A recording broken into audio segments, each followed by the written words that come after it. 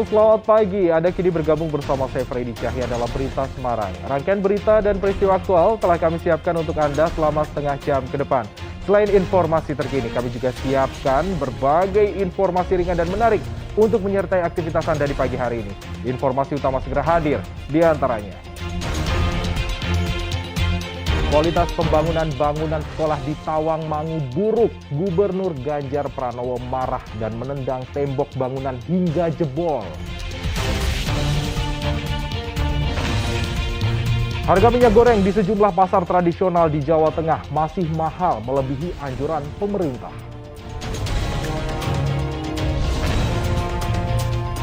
Berawal dari hobi merancang diorama dan miniatur kereta, seorang pemuda asal Solo mampu menghasilkan pundi rupiah.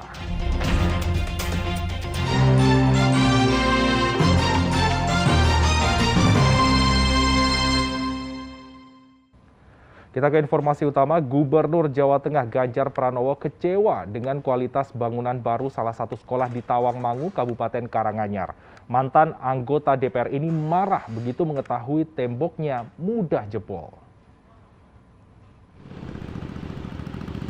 Gubernur Jawa Tengah Ganjar Pranowo mengunjungi Tawangmangu, Kabupaten Karanganyar menggunakan motor gede. Orang nomor 1 di pemerintahan Provinsi Jawa Tengah ini meninjau bangunan baru SMA Tawangmangu. Ganjar berkeliling mengecek kualitas pengerjaan bangunan. Mantan anggota DPR ini marah begitu mengetahui temboknya mudah jebol. Lantaran kecewa, Ganjar segera menghubungi pelaksana proyek agar segera memperbaikinya. Oh ya, ganti ki Mas. Ora mungkin nang Tawangmangu itu nganu. Iki sampean beresi. Terus ya kualitasnya aku sepesan gak tahu. Sekolahan mau jadi korupsi, kualitasnya sing apik terus wis jadi aku. Aku uangnya detail Mas, jadi lagi detailnya nanti ndak mau orang mbak apik sekarang ini. Pelaksana proyek masih memiliki waktu 6 bulan pemeliharaan bangunan sebelum diserahkan ke pemerintah Provinsi Jawa Tengah. Jika pelaksana proyek tidak bertanggung jawab, bakal dibawa ke ranah hukum. Saya sudah ingatkan, karena ini sekolahan, 1 jangan dikorupsi, 2 berikan the best, kualitas terbaik. Secara umum sebenarnya oke gitu ya, tapi begitu saya masuk detail, mulai dapat laporan, ya menemukanlah pekerjaan yang kurang baik. Maka masih ada masa pemeliharaan 6 bulan, ya kalau ini nggak bagus kayak gini, kembalikan, tak perkarakan. Pembangunan SMA Tawangmangu dimulai 12 Juli 2021.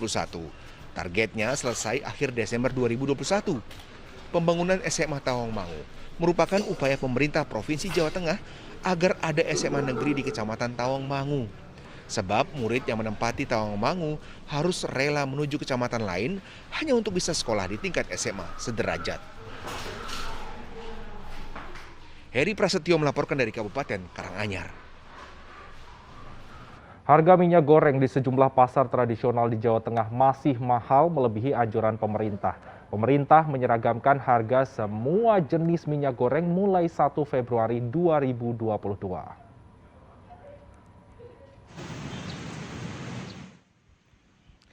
Sehari jelang penyeragaman harga minyak goreng, sejumlah pedagang pasar tradisional di Boyolali masih menjual minyak goreng kemasan dan curah per liter Rp19.000 hingga Rp21.000. Mereka memakai harga lama untuk menghabiskan sisa barang kulakan. Pedagang pasar tradisional akan menjual minyak goreng dengan harga mengikuti anjuran pemerintah secara bertahap. 19. Untuk pembeli gimana Bu yang datang ke sini? Untuk pembeli ya udah ngeluh Mas.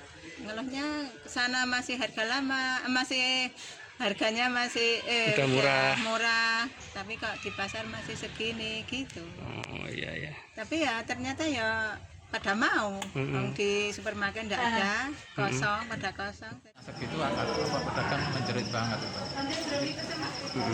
Turunnya aja udah sampai 5.000. Kemarin kan 19, diturunkan 14. Sekarang kan turunnya kan 5.000 itu aja per liter. Kalau kita punya 1 dus sudah berapa? Kerugiannya ya? Iya, per dusnya berapa? Udah 5 kali 12, 60.000. Sementara itu, di Pasar Modern Boyolali, minyak goreng telah dijual Rp14.000 sesuai anjuran pemerintah. Namun, sebagian besar pasar modern kehabisan stok minyak goreng. Pembeli akhirnya terpaksa membeli di pasar tradisional dengan harga lebih mahal. Para pembeli berharap harga minyak goreng di pasar tradisional bisa turun sesuai anjuran pemerintah agar daya beli bisa terjangkau. Bu, beli di pasar ya, Bu? Gimana? Nggak ada. Kalau ke Indomaret, ke apa nggak ada. Nggak ada, habis ya? Oh, dibatasi ya? Iya. Nah, kalau di pasar bisa dapat. Pokoknya mintanya itu semua di pabrik itu mintanya harganya ki stabil. Karena kan kabeh ya mengeluh ta ya Mbak Fatma yang ngene iki. Wis kabeh larang. Mahalnya harga minyak goreng juga tampak di pasar tradisional Rembang. Penjual tidak bisa menurunkan harga minyak goreng karena pasokan diterima dengan harga tinggi sebelum ada anjuran pemerintah. Para pedagang pasar tradisional Rembang menjual minyak goreng seharga Rp20.000 per liter. Mereka akan rugi jika harga jualnya diturunkan. Pedagang kalau memang pemerintah mau menurunkan minyak juga harus jangan cuma di Alfamart. Kalau kita dengar di Alfamart, kalau di pasar nggak ada sosialisasi ini harga minyak turun atau gimana. Nah, ini terus pedagangnya yang kebingungan. Para pedagang ketar-ketir karena kebijakannya udah menurun ke Alfamart, Indomaret, sedangkan yang bagian pasar belum disetarakan harganya. Jadi banyak pelanggan yang milih beli di Alfamart, Indomaret dengan antrian yang banyak. Menteri Koordinator Perekonomian Airlangga Hartarto menegaskan, pemerintah akan menyeragamkan harga minyak goreng agar bisa terjangkau warga mulai 1 Februari 2022. Hal ini disampaikan Airlangga usai meninjau operasi pasar di Salatiga. Saat penyeragaman, pemerintah menetapkan harga tiap liter minyak goreng untuk premium Rp14.000, Rp13.500 per liter kemasan sederhana, serta Rp11.500 untuk curah. Pasar dalam ada beberapa yang harganya masih tinggi. Nah, kami cek itu sedang menghabiskan stok. Dan diharapkan 1 Februari harganya bisa dicapai yang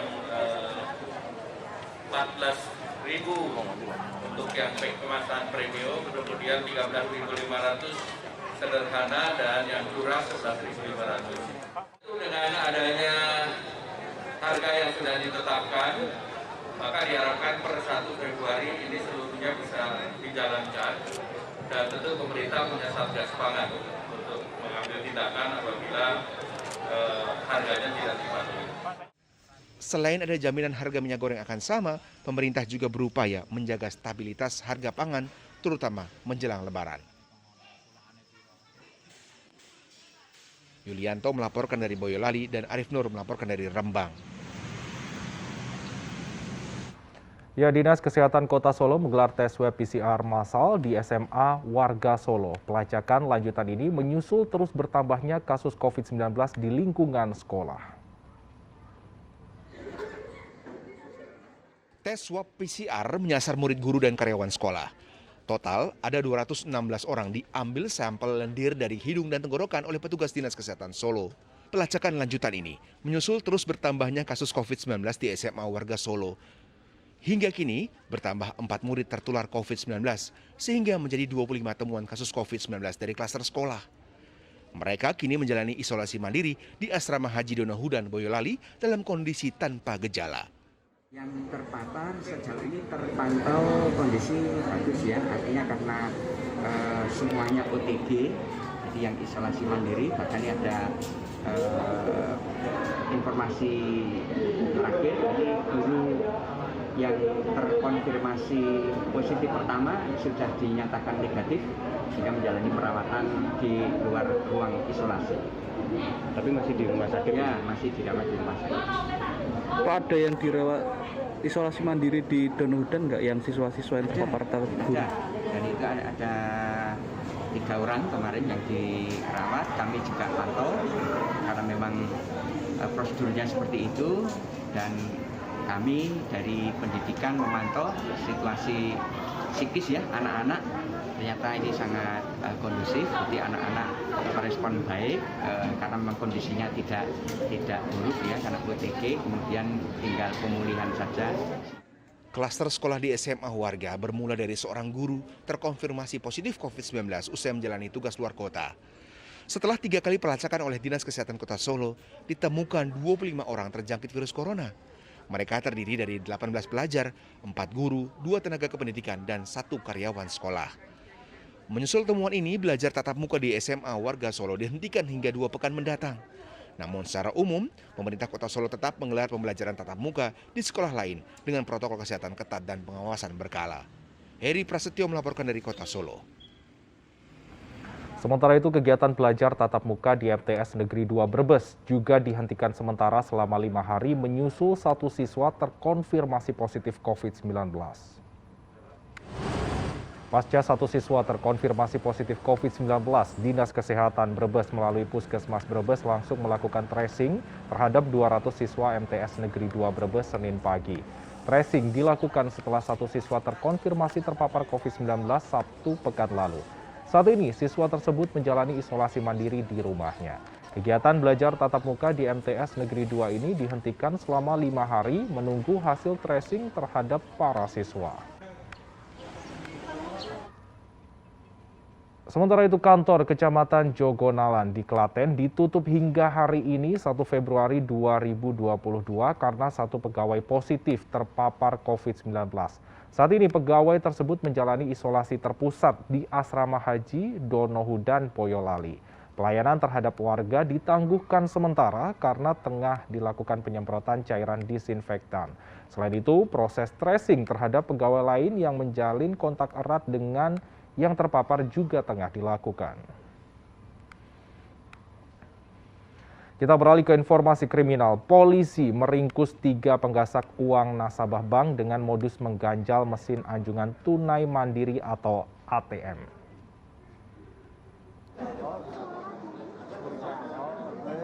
Petugas Jatanras Reskrimum Polda Jawa Tengah menangkap 3 komplotan penggasak uang nasabah bank menggunakan modus mengganjal mesin anjungan tunai mandiri atau ATM. Disertai aksi menipu nasabah yang sedang mengambil uang di gerai ATM, mereka meraup uang hingga lebih dari 300 juta rupiah. Ketiga pelaku beraksi sejak November 2021 di 4 gerai ATM di Banten, 4 lokasi di Jawa Barat, serta 3 tempat di Jawa Tengah. 1 orang masih diburu polisi.